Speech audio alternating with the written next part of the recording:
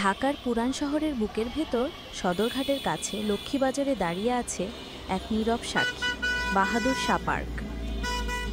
আজ আমরা যাকে পার্ক বলি, একসময় সেটি ছিল শুধু একটি ময়দান। নাম ছিল আন্টাঘর। পরে ইংরেজরা এর নাম রাখে ভিক্টোরিয়া পার্ক। আর আজ ইতিহাসের রক্তমাখা স্মৃতি বহন করে এটি পরিচিত বাহাদুর শাহ পার্ক নামে। চারদিকে লোহার রেলিং দিয়ে ঘেরা ডিম্বাকৃতির এই পার্ক। পূর্ব আর পশ্চিমে দুটো ফটক, ভেতরে পাকা রাস্তা।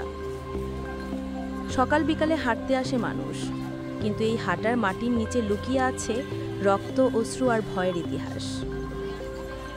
এই পার্ককে ঘিরে 7টি রাস্তা মিলেছে এক বিন্দুতে।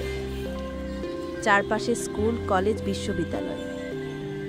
পাশেই বাংলা বাজার, ইসলামপুর, শাঁখারী বাজার। তাই প্রাচীন ঢাকা থেকে আধুনিক ঢাকার যাতায়াতের অন্যতম কেন্দ্র হয়ে উঠেছে এ স্থান। কিন্তু এই মাঠের গল্প কেবল ভ্রমণ বা বিনোদনের নয়। এখানে আর্মেনিয়ানদের বিলিয়ার্ড ক্লাব ছিল। স্থানীয়ভাবে নাম ছিল আন্টাঘর। নবাব আব্দুল গনি ও নবাব আহসানুল্লাহর পৃষ্ঠপোষকতায় ইংরেজরা এখানে বিলিয়ার্ড, টেনিস, ব্যাডমিন্টন খেলত। আয়োজন হতো আড্ডা আর পার্টির। কিন্তু 1857 সালে পরিস্থিতি পাল্টে গেল। ভারতবর্ষ জুড়ে জ্বলে উঠল সিপাহী বিদ্রোহ, সম্রাট দ্বিতীয় বাহাদুর শাহের সময়।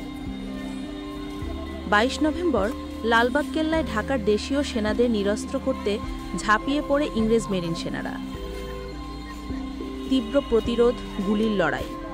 অনেক সিপাহী আহত হয়, কেউ পালিয়ে যায়, কেউ ধরা পড়ে। আর সেই ধৃত সিপাহীদের আনা হয় এই আন্টাঘর ময়দানে। সংক্ষিপ্ত কোর্ট মার্শাল, কোনো ন্যায় বিচার নয়, সরাসরি মৃত্যুদণ্ড।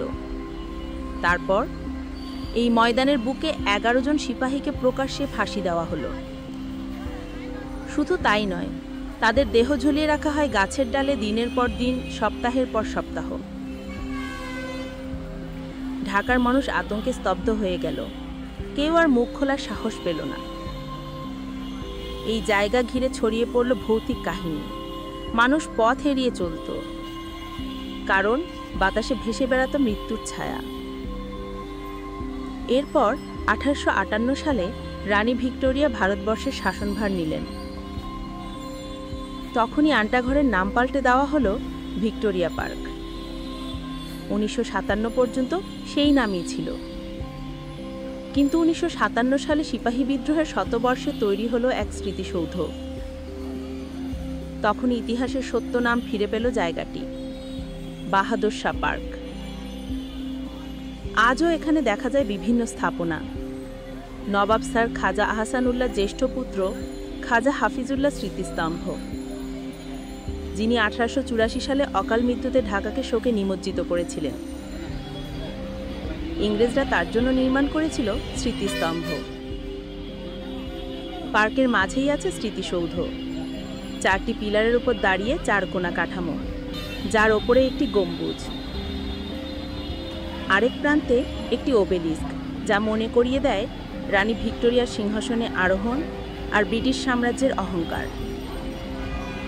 কিন্তু ঢাকার মানুষ জানে, এই পার্ক কেবল একটি বিনোদন কেন্দ্র নয়। এটি হলো শহরের বুক চিরে রাখা এক দাগ, যেখানে মিশে আছে ব্রিটিশ ঔপনিবেশিকতার নিষ্ঠুরতা, বিদ্রোহীদের আত্মাহতি আর ঢাকাবাসীর আতঙ্কিত নীরবতা। বাহাদুর শাহ পার্ক, ইতিহাসের রক্তাক্ত স্মৃতিস্তম্ভ। পার্ক বা উদ্যানের ন্যূনতম উপাদান খুঁজে পাওয়া দুষ্কর। চারিদিকে দুর্গন্ধ, হকার ভিক্ষুকদের অভয়াশ্রম বা তাদের নিরাপদ আবাসস্থল। চারদিকে বিভিন্ন যানবাহনের অবৈধ পার্কিং। নেশাখরদের বসে থাকতে দেখা যায়, শুয়ে আছে ভিক্ষুক, কেউ বা সংসার পেতেছে। ঐতিহাসিক এই উদ্যানটির রক্ষণাবেক্ষণের দায়িত্বে কেউ আছে বলে মনে হয় না। তদারকি কেউ করেন কিনা তা অনেক দূর। পরিচ্ছন্নতা সে আশাই বালি। তবে আমাদের কোনো অভিযোগ নেই।